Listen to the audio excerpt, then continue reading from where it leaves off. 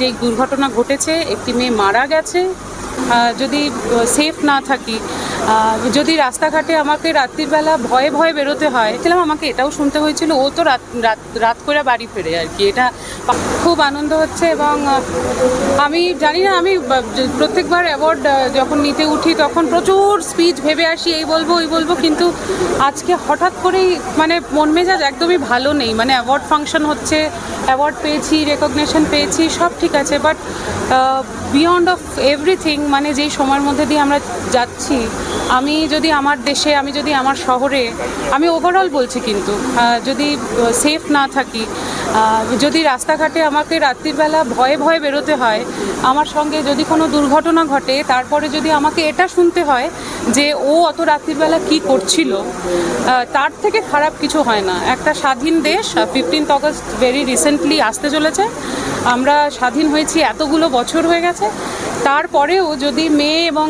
মানে নারী এবং পুরুষদের মধ্যে এই ডিসক্রিমিনেশনটা চলতে থাকে যে মেয়ে ও কেন গেছে, এই প্রশ্নটা কোনো পুরুষকে কিন্তু করা হয় না। ইট ইজ আ শেম যে এটা একটা মেয়েকে করা হয় এবং তাকে ধর্ষণ করা হয়, তাকে খুন করা হয়, তারপরে এটা বলা হয় যে ও কেন ওই রাত্রিবেলা ওখানে গেছিল।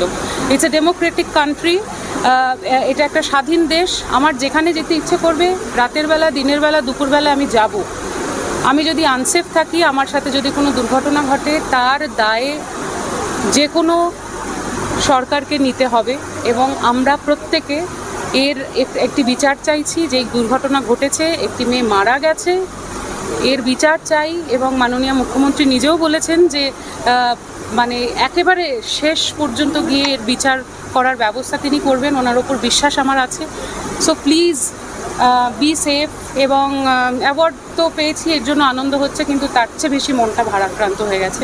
আই এম সো সরি যে তোমাদেরকে আমি এটা বললাম, কিন্তু আমার বলতে ইচ্ছে করছে এবং আমার মনে হলো যে এটা না বললে আমি নিজের সঙ্গে খুব অন্যায় করতাম, আমার সত্তার কাছে আমি অন্যায় করতাম, তাই আমি বললাম। সকলে সাবধানে থেকো, আমার মেল জার্নালিস্টরা, আমার ফিমেল জার্নালিস্টরা, সকলে সাবধানে থেকো। একটা কথা বলছি যে রাত্রেবেলা শো থাকে, এই কথাটা কি আরো কাটার মতো দিল আমাদের যাদের সত্যি এক্স্যাক্টলি। হ্যাঁ, মানে আমাকে তো আজ থেকে 10 বছর আগে আমি যখন শুরু করেছিলাম, আমাকে এটাও শুনতে হয়েছিল ও তো রাত করে বাড়ি ফেরে আর কি। এটা পাড়ার লোকজনের কাছেই আমাকে শুনতে হয়েছিল, কিন্তু ওয়্যারাজ একটা ছেলে যখন তার নাইট শিফট ডিউটি করে ভোরবেলা 4টের সময় বাড়ি ফিরছে, তাকে এটা শুনতে হচ্ছে না। So please stop this discrimination. আমি সৎ পথে যদি রোজগার করি, আমি রাতে 2টোয় বাড়ি ফিরি কি দুপুর 2টোয় বাড়ি ফিরি, এটা আমার ব্যাপার। আর আমাদের কাজগুলো রাতের দিকেই বেশি হয়, শোজগুলো রাতের দিকে থাকে, শুটিং রাত অবধি চলে। In that way I am very lucky. আমার বাবা, আমার বর, আমার টিম, আমার চারপাশে কিন্তু সমস্ত পুরুষেরাই আমাকে সেভ করে রেখেছে, আমাকে সেফ গার্ড করে রেখেছে। আমার সঙ্গে যেই বাউন্সার দাদারা যান প্রোগ্রামে, আমাকে যারা গার্ড করেন, তারা প্রত্যেকেই পুরুষ। সুতরাং এরকমটা নয়, সবাই একরকম হয় না।